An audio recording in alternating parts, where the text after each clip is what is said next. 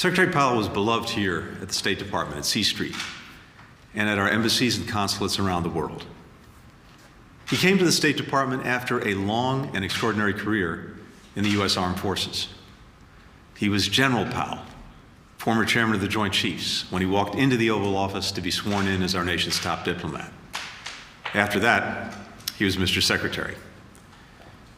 He gave the State Department the very best of his leadership, his experience, his patriotism. He gave us his decency, and the State Department loved him for it. Secretary Powell trusted the career workforce here. He empowered them.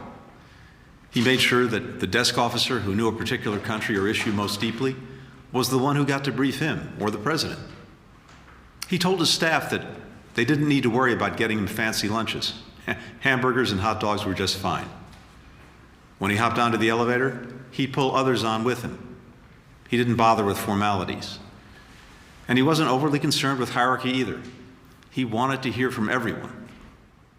He walked around the building, dropping into offices unannounced, asking what people needed, making sure they knew he was counting on them. Secretary Powell was, simply and completely, a leader, and he knew how to build a strong and united team. He treated people the way he expected them to treat each other, and he made sure that they knew he would always have their back. The result was that his people would walk through walls for him. Secretary Powell's career in the U.S. military is legendary. As a teenager at the City College of New York, not far from where he grew up in the South Bronx, he joined ROTC, and after graduation, became an Army officer. For 35 years, he was a professional soldier. He started in the infantry, served 2 tours in Vietnam, was stationed in South Korea and West Germany, and oversaw Operation Desert Storm in Iraq. By the time he retired from the military, he was arguably the most respected and celebrated American in uniform. At that time, he received his 2nd Presidential Medal of Freedom, this time from President Clinton, who said at the medal ceremony, "Today, a grateful nation observes the end of a distinguished career and celebrates 35 years of service and victory. A victory for the United States military that gave young Colin Powell a chance to learn and to grow and to lead. A victory for the military and political leaders who continue to elevate him based on their complete confidence and sheer respect. A victory for a nation well served. And in a larger sense, a victory for the American dream, for the principle that in our nation, people can rise as far as their talent, their capacities, their dreams, and their discipline will carry them." After that career, Colin Powell could have enjoyed a quieter life, maybe dedicating himself full-time to the organization he founded, America's Promise, to help young people from underrepresented communities like the one where he grew up. Instead, he started a new career in diplomacy. And I believe Secretary Powell's years as a soldier are what made him such an exceptional diplomat. He knew that war and military action should always be a last resort. And to make that so, we need our diplomacy to be as robust and well-resourced as possible. He called for increased funding for state, which then, as now, was just a fraction of the Pentagon's budget. He modernized the State Department, putting a computer on every desk. And he believed deeply that America was an exceptional nation, that we could and should lead with confidence and humility, and that the world was safer when the United States was engaged and its allies and partners were united. Future military leaders and diplomats will study Colin Powell's work, like the Powell Doctrine, that hammered out criteria for when and how the United States should use force, and his support for expeditionary diplomacy, diplomats and military working together to bring stability to high-threat environments. He was a man of ideas, but he wasn't ideological. He was constantly listening, learning, adapting. He could admit mistakes. It was just another example of his integrity. As is probably evident by now, I was a huge admirer of Secretary Powell's. I always will be. And he was very generous with me. This past 4th of July, we spent a few precious hours together, talking about the State Department, discussing all the challenges we're confronting around the world. Two things were clear.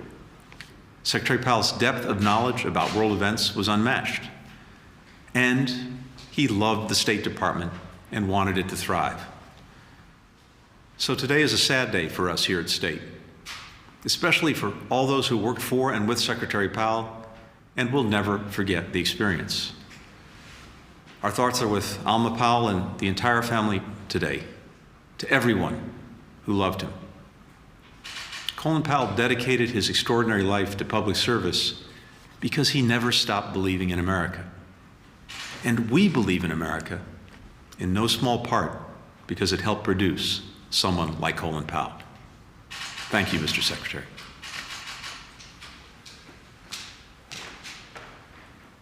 Secretary of State Tony Blinken, in his reaction to the passing of former Secretary of State Colin Powell. Jamie Gengel is still with me. Jamie, thank you for sticking around.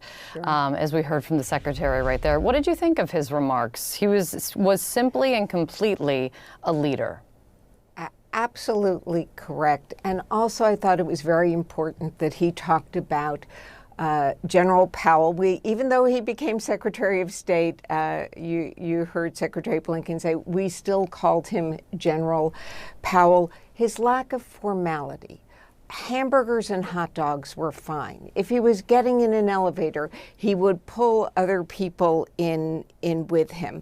I remember there was a story a couple of years ago, I think it was in 2019, he was actually on his way to a doctor's appointment at Walter Reed and he got a flat tire. And for people who have known Colin Powell over the years, I think the thing he liked the best in life was actually fixing cars. He would have friends bring cars over to fix in his driveway, but he got a flat tire on the Beltway and someone stopped to help him. And when he got to his appointment, he posted a note on Facebook or social media and said, thank the person for stopping. And he said these words, Kate. He said, let's just take care of each other. And I think that speaks, that whole picture speaks to who Colin Powell was. And I think Secretary Blinken captured that. What a wonderful anecdote and story about, I mean, as he said, I mean, it seemed, as you put it, despite the enormous titles and positions that he had, the enormous impact that he's had on American policy for decades now, just that he was a man who did not forget himself, or it seems didn't take himself too seriously. I think the word self-deprecating comes to mind. I remember the very first time I met him, he never said he was from New York City. He said he was from the Bronx. And he was the first to say he didn't go to West Point. His grades weren't great. He went to City University of New York.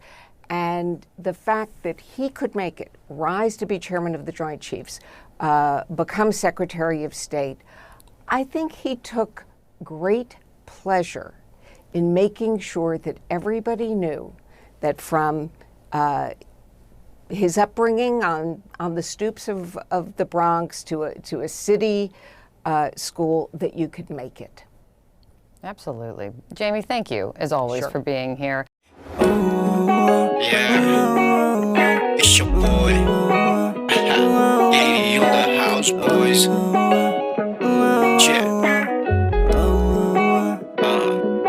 बाल तेरे silky silky हाँ बातें कर दिल की हाँ बाल तेरे सिल्की सिल्की हाँ बातें कर दिल की हाँ इतनी सोहनी हंसी है तेरी आय हाय इतनी सोहनी हंसी है तेरी करे मुझे किल में हाँ करे मुझे किल में हाँ hey girl चल संग महंगे वाले होटल में चल संग महंगे वाले होटल में फिक्र कर तू बिल की ना बाल तेरे सिल्की हाँ बातें कर दिल की हाँ बाल तेरे सिल्की हाँ बातें कर दिल की हाँ बातें कर दिल की हाँ